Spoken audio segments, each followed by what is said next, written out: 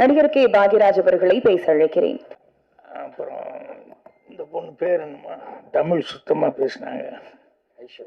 ஐஸ்வர்யா தமிழ் சுத்தமாக பேசினாங்க. நான் அதிகமாக சந்திக்கல.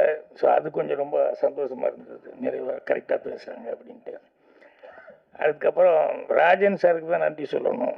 என்னென்னா, ஒரு கவர்மெண்ட்டில் ஒரு திட்டம் அப்படின்னு சொல்லி சொன்னால் அவர் எப்பவுமே பேசுறதுல கான்ட்ரவர்சி வரும், அது ஒரு இது வரும். ஆனால் பாராட்டுறதுலேயும் மனசார பாராட்டுறதுங்கிறது இருக்க, அதுதான் அவருடைய கிரேட்னஸ். எவ்வளோக்கு எவ்வளோ கோபமாக திட்டுறாரோ அவ்வளோக்கு எவ்வளோ ஒரு நல்ல விஷயமா இருந்தால் மனசார பாராட்டிடுவார்.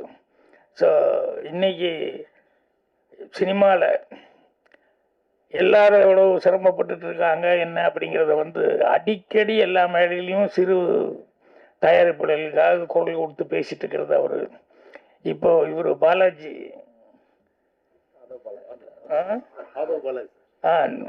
அவர் பேசும்போது கூட ரொம்ப குறைபட்டு சொல்லிட்டு இருந்தார். என்னென்ன சிறு படங்கள் எடுக்க முடியல அப்படிங்கிறது. இதுக்கெல்லாம் எனக்கு தெரிஞ்சு ராஜன் சார் நிறைய எந்த ஸ்டேஜாக இருந்தாலும் அந்த ஸ்டேஜில் நிறைய தடவை சொல்லிட்டு இருக்காங்க. அதே மாதிரி இதே ஸ்டேஜில் நானே கூட அந்த சின்ன படங்களுக்கு கவர்மெண்ட்டு கண்டிப்பாக ஒரு காம்ப்ளெக்ஸில் 4 தேட்டர் இருக்குன்னா ஒரு தேட்டர் கண்டிப்பாக சின்ன படங்களுக்கு கொடுக்கணும்னு ஒரு சட்டம் கொண்டு வரணும்னு பல தடவை சொல்லியாச்சு. இந்த சின்ன படங்கள் எப்படி வரும்? ஸ்க்ரீனுக்கு வந்தால் தானே ஜனங்க பார்த்து அதுக்கப்புறம் அப்ரிஷியேட் பண்ணுவாங்க. ஸ்க்ரீனே கிடைக்கல அப்படின்னு சொல்லும்போது எப்படி பண்ண முடியும்? ஸோ அதனால் கவர்மெண்ட் நினச்சது அப்படின்னு சொன்னோம்னா, இப்போ எப்படி இந்த ஸ்கீம் கொண்டு வந்திருக்காங்க, 500 கோடியில் ஒரு சினிமா சீரழிஞ்சிடக்கூடாது, சினிமாவுக்கு ஏதாவது ஒரு விதத்தில் நல்ல விதமாக உதவி பண்ணணும்னு சொல்லிட்டு அந்த மாதிரி கவர்மெண்ட் இதையும் இப்படி தேட்டரில் ஒரு தேட்டராவது ஒரு சின்ன படத்துக்கு கொடுக்கணுங்கிற மாதிரி ஒரு சட்டம் வந்தது அப்படின்னா, சிறு முதலீட்டாளர் படங்களுக்கு எல்லாருமே ஒரு காலத்தில் சின்ன படத்தில் புதுசாக அறிமுகமாகிற மாதிரி தான் எல்லாமே இருந்தாங்க. ஸோ அதுக்கப்புறம் தான் ஒவ்வொருத்தரும் பெருசாக வளர்ந்துருக்காங்க. அதனால் அவங்களுக்கு இன்னைக்கு அவர் வந்தோடனே ராஜன் சார் ரொம்ப வருத்தமாக அதுதான் சொன்னார். ஒரு 5 பேர் தான், அதை தவிர்த்து வேறு படங்கள் ஒன்றுமே இன்றைக்கி ஓடுற மாதிரி இல்லை, அப்படி ரொம்ப கஷ்டமாக இருக்குது அப்படிங்கிற மாதிரி ரொம்ப ஃபீல் பண்ணி சொல்லிட்டு இருந்தார். ஸோ அதுதான் அவர் பேசும்போதும் மனம் விட்டு பேசி அதுக்கப்புறம் கவர்மெண்ட்டையும் அப்ரிஷியேட் பண்ணார். இப்போ படத்தை இமெயில் நம்ம அசோக் ரொம்ப கொடுத்து வச்சவர். அவர் ரொம்ப அதிர்ஷ்டசாலி. ஏன்னா படம் பார்க்கும்போது பாட்டு மற்ற இடங்கள்ல எல்லாம் கண்கொள்ளா காட்சின்னு சொல்லுவாங்க பாரு. அது டைரக்டர் படத்தில் பார்த்தோன்னையுமே கண்கொள்ளா காட்சியாக இருந்தது. அது அவர் பாட்டிலெல்லாம் நடிக்கும்போது அவருக்கு நேரில் நம்ம தான் ஸ்க்ரீனில் தான் பார்க்குறோம், அதில் ஒரு டேக் ஓகே தான் மாறும். ஆனால் அவர் அசோக் அப்படி இல்லையே, எல்லா டேக்கும் தப்பாக கவுண்ட் பண்ணி சூரலா சித்திரங்களை சொன்னேன், தப்பாக செஞ்சால் ஒரு 5-6 டேக்கு 5-6 தடவை கட்டி பிடிக்கலான்னு. அந்த மாதிரி பாடல்கள் எல்லாம் எப்படி இருந்ததுன்னு தெரியல. ஸோ அவர் இதுக்கு முன்னால் இப்போ தான் ஒரு படம் ஆர் யூ ஓகே பேபி, அதில் பிரமாமா டான்ஸ் ஆடிந்தார். அதில் ரெண்டும் இருந்தது. அந்த ஒரே பாட்டில் ஒரு டான்ஸ்லேயே பரதநாட்டியமும் அதுவும் இருந்தது, மாடர்னும் அதுவும் இருந்தது. ஸோ இதில் என்னென்னா ஸ்பெஷலாக இதில் அவர் ராஜன் சார் குறிப்பிட்ட மாதிரி ஃபைட்டு ரொம்ப நல்லா பண்ணியிருக்காரு. யார் ஸ்டண்ட் மாஸ்டர் தெரியல. ஸோ அந்த ஸ்டண்ட் மாஸ்டர், கேமராமேனு இவங்களெல்லாம் அவர் ராஜன் சார் டைரக்டர் நல்லா யூஸ் பண்ணியிருக்காரு. அவரெல்லாம் தனியாக விட்டுட்டாங்க அப்படிங்கிற மாதிரி சொல்கிறாங்க. அது எல்லாத்துக்கும் வர்ற சோதனை தான். யாருக்கு அது சோதனை வந்தால் தான் நல்லது. சோதனை வராமல் சுவை இருக்காது, வெறும் இது சாதனையும் படைக்க முடியாது. அதனால் அது விட்டுட்டு போனாங்க அப்படிங்கிறதல்ல, ஃபைனலாக நீங்கள் என்ன கொடுக்குறீங்க அப்படிங்கிறது தான். அது எல்லாருமே இப்போ ராஜன் சார் சொன்னார், ஃபைனல் அவுட்புட்டு எல்லோரும் ரிச்சாக வந்திருக்கு, இத்தனை லொக்கேஷனில் போய் எடுத்திருக்காங்க அப்படிங்கிற மாதிரி ரொம்ப படத்தை பற்றி சிறப்பாக சொன்னாங்க. ஸோ வரும்போது யோசனை பண்ணிட்டு வந்த இந்த இமெயிலுங்கிறது இதை கண்டுபிடிச்சதே ஒரு இந்தியன் தான், சிவா ஐயாத்துறை. ஸோ அவர்னால தான் வந்து அந்த இமெயில்னால தான் இந்த அட்டு அப்படின்னு சொல்லி போடுவோம் இல்லையே போட்டு அது வந்து இதில் தான் இமெயிலேருந்து தான் ஃபெமிலியர் ஆச்சு. அப்புறம் எனக்கு தெரிஞ்சு என்னென்னா இந்த இமெயில் வந்ததில் வந்து நிறைய பேர் வந்து அதாவது இயற்கை வளம் இருக்கே மரங்களை பாதுகாப்போம் அப்படின்னு சொல்கிறது அது இந்த இமெயில் வந்ததுனால அதுக்கு நிறையா பாதுகாப்பு. என்னென்னா பேப்பரில் தான் எல்லாம் எழுதிக்கிட்டு இருந்தோம், அந்த பேப்பருக்காக மரத்தை பூரா வெட்டிக்கிட்டு உட்காந்துருந்தாங்க. இப்போ இந்த இமெயில் வந்ததுலேருந்து அந்த மரங்கள் வெட்டுறது பாதுகாக்கப்பட்டது.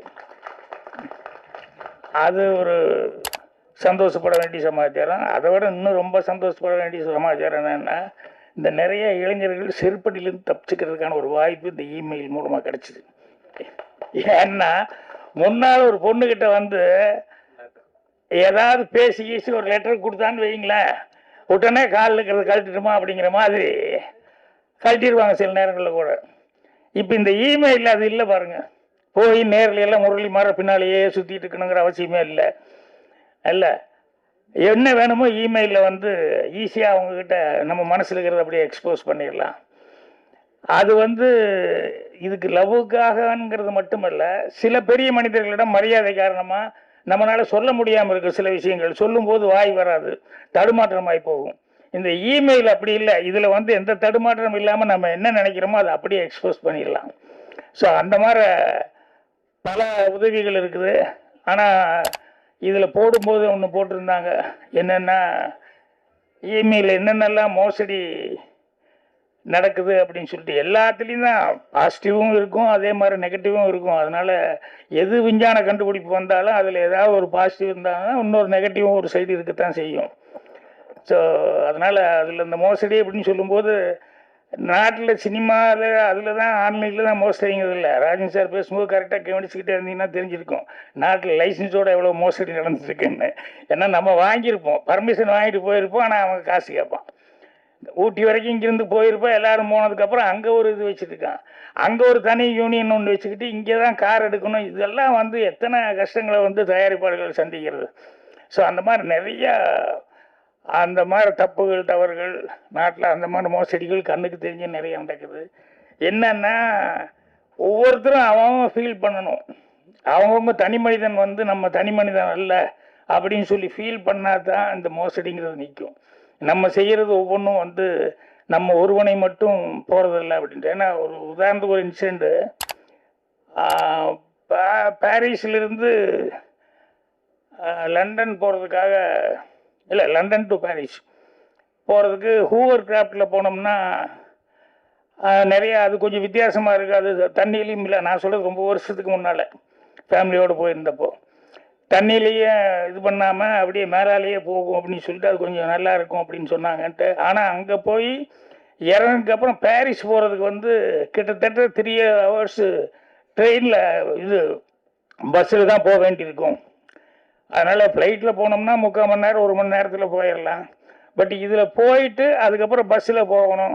ஆனால் சைட் சீயிங் நல்லா இருக்கும்போது அதை ப்ரிப்பேர் பண்ணேன். ஏன்னா குழந்தைகளுக்கெல்லாம் நம்மளும் சைட் சீயிங் பார்த்துக்கிட்டே போகிறோம் அப்படின்னு சொல்லிட்டு. ஆனால் அங்கே போய் ஹோவர் கிராஃப்டில் இறங்கணுன்னே பஸ்ஸில் தான் போய் ஆகணும் அப்படின்னு சொல்லி அப்புறம் பஸ்ஸில் எல்லாம் ஆல்ரெடி டிக்கெட் ரிசர்வ் பண்ணியிருந்தேன். பஸ்ஸில் ஏறிட்டோம். ஏறினதுக்கப்புறம் வந்து பஸ்ஸு புறப்படுற நேரம் அப்போ திடீர்னு தடன்னு கதவை தட்டி திறந்தா ஒரு இங்கிலீஷ் லேடி, யாரோ ஒருத்தி எந்த நாட்டுக்காரியே தெரியல, உள்ளே வந்தால் கண்டக்டர் வந்து ஸ்டாப் பண்ணிட்டான். சாரி அப்படின்ட்டு. என்னென்னா இல்லை டிக்கெட்டு ஃபுல்லாகிடுச்சு, சீட் இல்லை, அதனால் உட்கார முடியாது, சாரின்னு. அந்த அம்மா வந்து ரொம்ப கெஞ்சுறாங்க. என்னென்னா இவங்க வந்து பாரிஸ் போய் வேற ஒரு ஃப்ளைட்டு பிடிச்சி அவங்க வேறு நாட்டுக்கு போகணும். ஸோ அந்த ஃப்ளைட்டை மிஸ் பண்ணிட்டாங்கன்னு சொன்னோம்னா அதுக்கப்புறம் 1 நாளோ 2 நாளோ 3 நாளோ அவங்க இங்கே தங்கி அதுக்கப்புறம் அடுத்த ஃப்ளைட்டு பிடிக்கிறதுங்கிறது பெரிய கஷ்டமான ஒரு சமாச்சாரம். அந்த அம்மா அழுகிற மாதிரி ஆயிட்டாங்க, கெஞ்சுறாங்க. ஆனால் இவன் டிரைவர் இந்த கண்டக்டர் ஒத்துக்க மாட்டேன், ஆமாம் எனக்கு வேலை போயிடும், ஏன்னா சீட்டு இல்லாமல் நான் வந்து ஒரு ஆளை நான் நின்றுட்டு வர்றேங்கிறேன், அப்படி நிற்க வச்சேன்னு சொன்னோம்னா என்னை வழியில் பிடிச்சிட்டாங்கன்னா ஏன் வேலை போயிடும், ஐ எம் ஸோ சாரி அப்படிங்கிற அந்த அம்மா கெஞ்சுறாங்க. ஏன்னா இது ஃப்ளைட் விட்டுட்டா எனக்கு அவ்வளோ கஷ்டம் அவ்வளோ கஷ்டம் அப்படின்ட்டு. அவன் சீட் இல்லாமல் நான் வந்து முடியவே முடியாது அப்படின்னு எல்லாரும் வேடிக்கை பார்த்துட்ருக்கோம். அப்புறம் டிரைவர் அவன் கண்டக்டர்கிட்ட கேட்டேன், சீட்டு தான் பிரச்சனையா? ஆமாங்க, சீட் இல்லாமல் அவன் நின்றுட்டு வந்தான்னா யாராவது பார்த்தான வழியில் தெரியும், பிடிச்சிக்குவான், அதனால் நான் கஷ்டம் அப்படிங்கிற மாதிரி சொன்னேன். இப்போ நான் என் பொண்ணு வந்து 6 வயசு அம்முலு, நான் அதுக்கு சீட்டு டிக்கெட்டு வாங்கியிருந்தேன். நான் சொன்னேன், என் பொண்ணை கூப்பிட்டு என் மடியில் உட்கார வச்சுக்கிட்டு அவங்க இந்த சீட்டில் உட்கார வச்சுரு, டிக்கெட் போட்டு கொடுத்துரு அப்படின்னு. அவன் 3.5 hours 4 hours சார் டிக்கெட் எடுத்திருக்கீங்க, மடியிலே உட்கார வச்சு, ஐயோ என் பொண்ணு என் மடியில் உட்கார வைக்கிறது என்ன எனக்கு கஷ்டமா, பரவாயில்ல விடு அப்படின்னு சொல்லிட்டு அதுக்கப்புறமா வந்து உடனே சரின்னு சொல்லி அவங்க அழுகிறத பார்த்து ரொம்ப கஷ்டமாக இருக்குன்னு அப்புறம் அவனும் வந்து டிக்கெட்டுக்கு வாங்கிட்டு உட்கார வச்சுட்டான். என்ன எதுக்கு சொல்ல வரேன்னா, இது எல்லாருமே பார்த்துட்டு இருந்தாங்க. அதுக்கப்புறம் வந்து வண்டி மூவ் ஆகும்போது ஒரு லேடி பக்கத்தில் உட்காந்துருந்த ஒரு இங்கிலீஷ்கார லேடி என்னை பார்த்துக்கிட்டே இருந்துட்டு அப்படியே பார்த்து மெல்ல, ஆர் யூ ஃப்ரம் இந்தியா அப்படின்னா.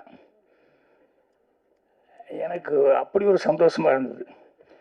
என்னென்னா, நம்ம நாட்டுக்கு நம்ம சின்ன வேலை தான் செஞ்சோம், ஆனால் ஆர் யூ ஃப்ரம் இந்தியா அப்படின்னு சொல்லிட்டு அந்த அம்மா வந்து கேட்குறாங்க அப்படின்னா, அப்போ இந்தியாவில் இருக்கிற இந்தியன்ஸ் எவ்வளோ மரியாதைக்குரிய கூட இருப்பாங்கன்னு அந்த அம்மா நினச்சிருப்பாங்க அப்படின்ட்டு அவ்வளோ ஒரு சந்தோஷமாக இருந்தது. அதனால் மனிதர்கள் யாருமே வந்து தனி மனிதர்களே கிடையாது. நம்மளை நம்பி நம்ம வீடு இருக்கிற மாதிரி நம்மளுக்கு நம்ம ஊர் பேர் காப்பாற்ற வேண்டி இருக்குது, அதுக்கப்புறம் நம்ம டிஸ்ட்ரிக்ட் பேரை காப்பாற்ற வேண்டியிருக்குது, அப்புறம் தமிழ்நாடுனா தமிழ்நாடு காப்பாற்ற வேண்டியிருக்குது, அதுக்கப்புறம் இந்தியாவினுடைய இதை காப்பாற்ற, அந்த மாதிரி ஒவ்வொன்றும் ஒவ்வொரு தனி மனிதனும் வந்து கடமைங்கிறது அப்படி ஒன்று இருக்குது. அந்த கடமை வந்தது அப்படின்னு சொன்னோம்னா இந்த மோசடி அப்படிங்கிறது வந்து வர்றதுக்கான வாய்ப்புகள் அப்போ தான் குறையும். இந்த படத்தை பொறுத்த வரைக்கும் இவ்வளவு தூரம் ஸ்டெயின் பண்ணி அவரே தயாரிப்பாளராக இருந்திருக்காரு. ஸோ அவர் தயாரிப்பாளராக இருந்துட்டு அப்புறம் சொன்ன மாதிரி எல்லாருமே வந்து கடைசியில் ஒவ்வொருத்தராக மிஸ் பண்ணிகிட்டே போனாங்கன்ட்டு. ஆனால் எல்லாத்தையும் தாண்டி இன்றைக்கி வந்து இசை விழா வந்து பிரமாதமாக சிறப்பாக நடத்திட்டார். படமும் வந்து அது நான் சொன்ன சமாச்சாரங்கள் அது வந்து பாட்டுக்காகவும் அது ராஜன் சார் கரெக்டாக சொன்னார், குஜாலா அப்படின்னு சொல்லிட்டு சிலதெல்லாம் படங்களுக்கு தேவை, பாட்டுக்கு தேவை அப்படிங்கிறதுக்காக வந்து பண்ணிடுவாங்க. ஆனால் அதில் ஒரு மெசேஜ் கொடுத்துருக்காங்க, இதில் எத்தனை பேர் இதாக இருக்காங்கன்னு சொல்லிட்டு ஒரு மெசேஜுக்காக தான் இந்த படம் எடுத்திருக்காரு அப்படின்னு சொல்லும்போது கண்டிப்பாக படம் பார்க்கணுங்கிற மாதிரி ட்ரெய்லர் பார்க்குற எல்லாத்துக்குமே அந்த ஃபீலிங் வரும். அதனால் அவருடைய மெசேஜ் நல்லா இருந்ததுன்னா கண்டிப்பாக பத்திரிகைகள் எல்லாமே பாராட்டி எழுதுவாங்க. அப்படி பாராட்டி எழுதும்போது ஜனங்ககிட்டையும் ஒரு நல்ல அப்ரிசியேஷன் கிடைக்கும், படமும் சக்ஸஸ் ஆகிற சான்ஸ் இருக்குது. இது எல்லாத்துக்கும் மேலே தேட்டர் கிடைக்கணும், அதுதான் ரொம்ப முக்கியம். தேட்டர் கண்டிப்பாக கிடைக்கணும். பட் இந்த படத்தை பொறுத்த வரைக்கும் மது கொஞ்சம் சில விஷயங்கள் எல்லாம் கரெக்டாக நல்லா கூர்ந்து கவனிப்பாப்புல. அதனால் மதுமாற ஆட்கள் வந்து எப்படியும் தேட்டர்களை வந்து பிடிச்சிருவாங்க, தேட்டர்லாம் பிடிச்சி கண்டிப்பாக ரிலீஸ் ஆகிறதுக்கு ஹெல்ப் பண்ணிடுவாங்க. ஸோ படம் நல்லபடியாக சக்ஸஸ் ஆகணும் அப்படின்னு சொல்லி என்னுடைய மனமார்ந்த வாழ்த்துக்கள் தெரிவிச்சுக்கிறேன். நன்றி, வணக்கம்.